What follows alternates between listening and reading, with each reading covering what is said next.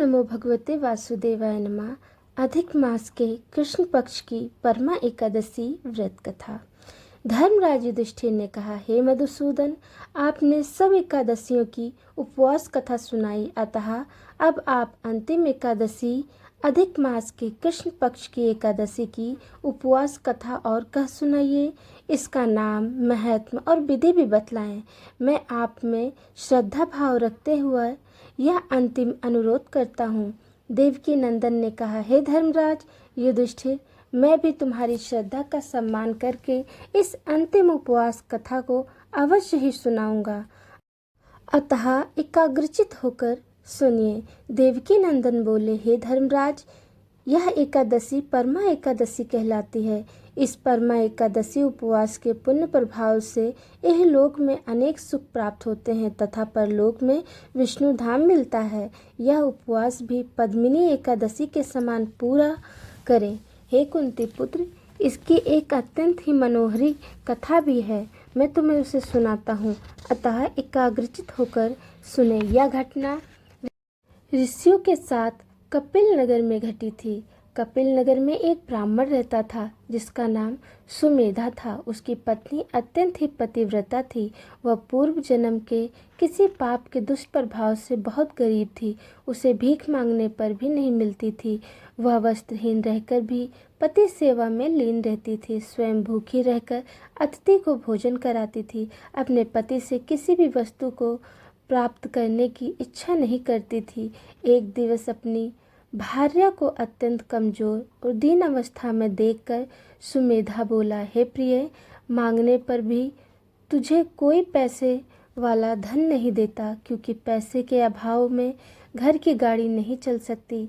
अतः तुम यदि सहमत हो तो धन कमाने के लिए मैं परदेश जाकर कुछ उद्योग करूं, क्योंकि विद्वानों ने उद्योग की प्रशंसा की है। मुझे अन्य कोई मार्ग नहीं दिखलाई पड़ता। उसकी पत्नी ने अत्यंत ही विनीत स्वर में उत्तर दिया, हे स्वामी, मैं तो आपके चरणों की पुजारिन हूँ। मुझे तो केवल आपकी आज्ञा का अनुसरण करना है।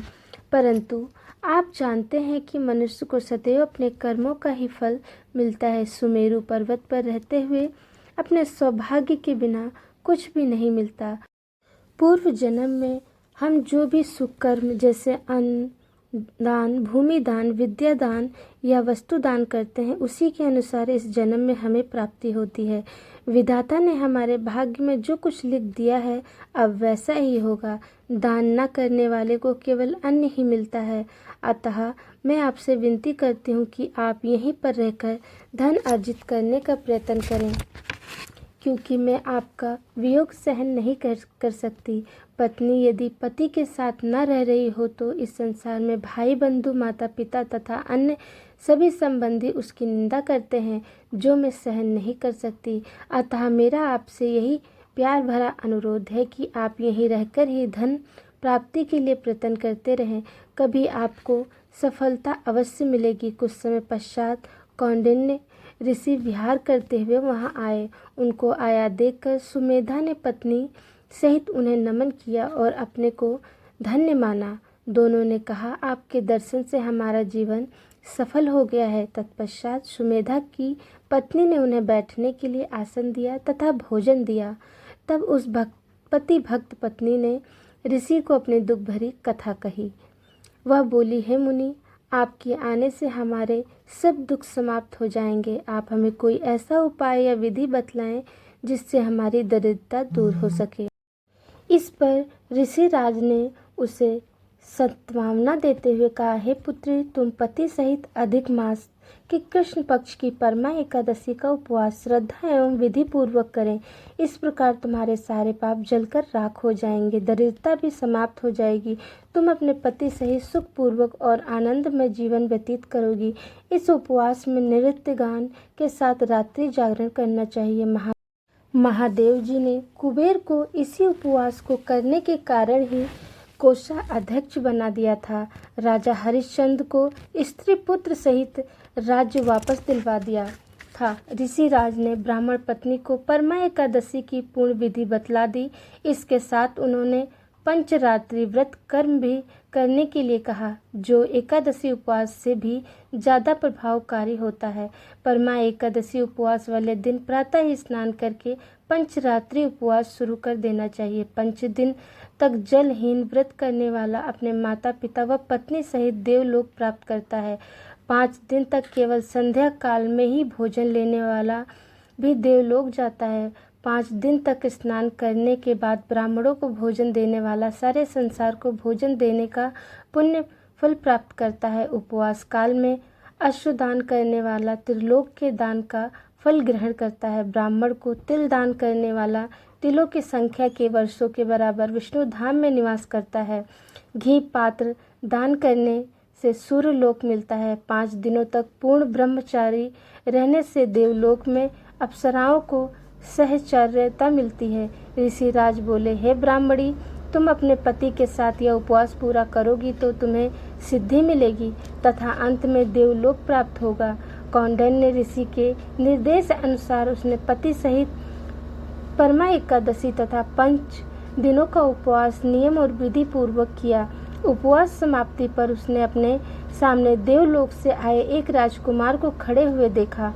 उसने ब्राह्मण पति पत्नी को वस्त्र भूषण और अलंकारों से सुसज्जित एक महल रहने को दिया तथा जीवन यापन के लिए एक ग्राम भी दिया।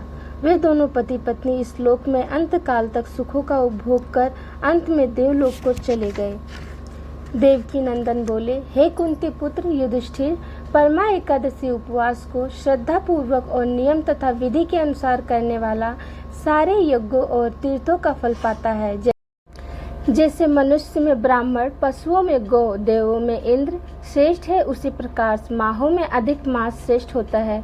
इस माह में पंचरात्रि जागरण और पद्मा एकादशी उपवास तो और भी उत्तम होता है। यह उपवास सारे पापों का विनाश कर देता है। जो शारीरिक रूप से दुर्बल है उन्हें एक एकादशी का उपवास तो अवश्य ही करना चाहिए।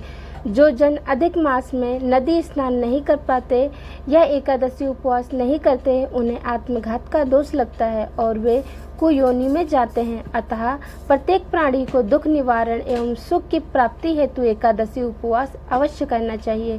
संसार के दुखों से छुटकारा पाने के लिए एकादशी उपवास नियम अनुकूल और विधि अनुसार करना ही एकमात्र उपाय है। अतः हे युधिष्ठिर, मैंने तुम्हें समस्त एकादशियों के उपवास की विधि, नियम और महत्व बतला दिया है। अतः संसार वासियों को इनका उपवास जरूर करना चाहिए। अधिक मास का उपवास करने वाले तो इस संसार में अतुल सुखों को भोग कर अंत में परम धाम को मोक्ष हो जाते हैं। ऐसे प्राणी त्रिलोक में वंदनीय हैं। बोले श्री हरि विष्णु भगवान की जय। एकादशी माता की जय।